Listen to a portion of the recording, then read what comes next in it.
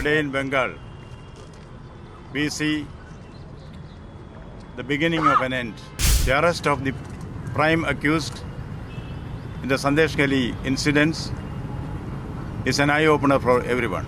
We have to put an end to violence in Bengal. In many pockets of Bengal, we all realize that gangsters are ruling the roost. Today in Bengal, we see the beginning of an end. The arrest of the prime accused in the Sandeshkhali incidents is an eye-opener for everyone. This is only the beginning. I hear the death throes of an old order and the birth pangs of a new one. We have to put an end to violence in Bengal. In many pockets of Bengal, we all realize that gangsters are ruling the roost, unchecked by law enforcement agencies. This is not just a contemporary phenomenon. This is a continuation of what has been there. We have to stem the rot. What we see is only tip of the iceberg. Last election, Panchayat elections, I had the opportunity to go to the field, interact with the people, interact with the victims and the prey. I could gather that this, what I can call, what the people call, the Gundaraj, is very much there in many pockets of Bengal. Strong action has to be taken. This has to be nipped in the bud. That is the exercise which we should all focus on in the coming days.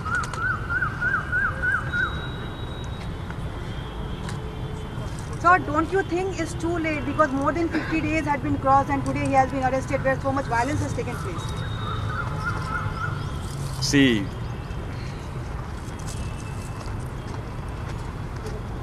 I can answer that question by quoting a doha from Kabir. Dheere dheere re mana, dheere sab kuch hoy, mali sinje sau khada, riduaye phal hoy. We have to wait in democracy, in democratic governance. We have to wait for justice to be done. Justice delayed, of course, is difficult for us to bear, but justice is done. A few days have been lost, which is deplorable. That now it is not the time for a blame game.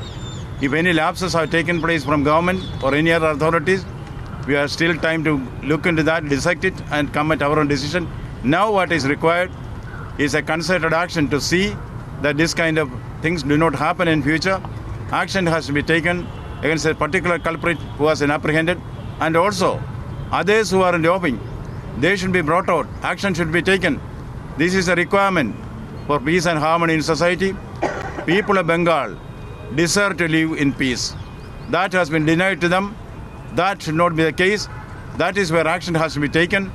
My suggestion as governor is for all the gangsters, treat it as an occasion to surrender. They can voluntarily surrender. Otherwise, preventive action has to be taken. We cannot, we should not allow law breakers to take the law in their hands, and this kind of intimidation, particularly on women, cannot be tolerated in a civilized society like Bengal. In the recent past, you have visited Sandeshkhali, where thousands of women plead to you so that Sheikh Shahjahan should be arrested and peace and normalcy has to regime. Now, what is your next plan about Sandeshkhali you would like to visit again? Today, as soon as this report came out, women from Sandeshkhali started calling me over phone. They are all excited about the happening. They said they thought it will never happen. Now confidence has been restored.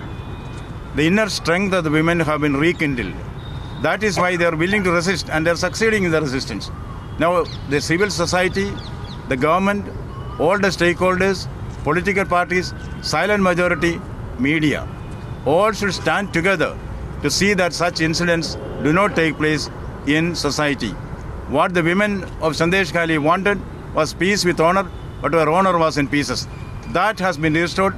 We should now build on this plus point. Like Sandeshkhali and in particular case of Sheikh Shahjahan, you have put a deadline. Now in other cases, there are so many other allegations come from various parts of Bengal. Did you put pressure by setting a guideline or deadline? See, as governor, I do not issue any ultimatum to the elected government. My concept is that the governor's duty is to facilitate the elected government to do its duty, not to put roadblocks. I have been observing this, I'll follow that. Now, certain imperfections are there in delaying the arrest, of course. We look into that. But other cases, that is where I am very particular. This is only an eye-opener. I have seen in the field and convinced myself that Gunda gangs are there in various parts of Bengal. Like in the olden days of democracy, in nascent days of democracy in England, there are the pocket boroughs and the rotten boroughs. That is controlled by this kind of people. That cannot happen. We should stand together.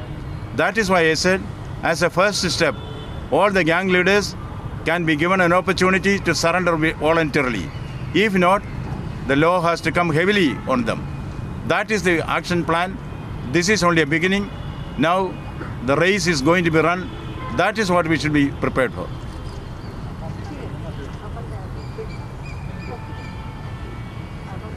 Sir, but in several occasions we have seen when there has been violence or anything else, you have visited the place. But then every time your visit has been questioned. So as in Sandeshkhali issue as well. How do you react to that?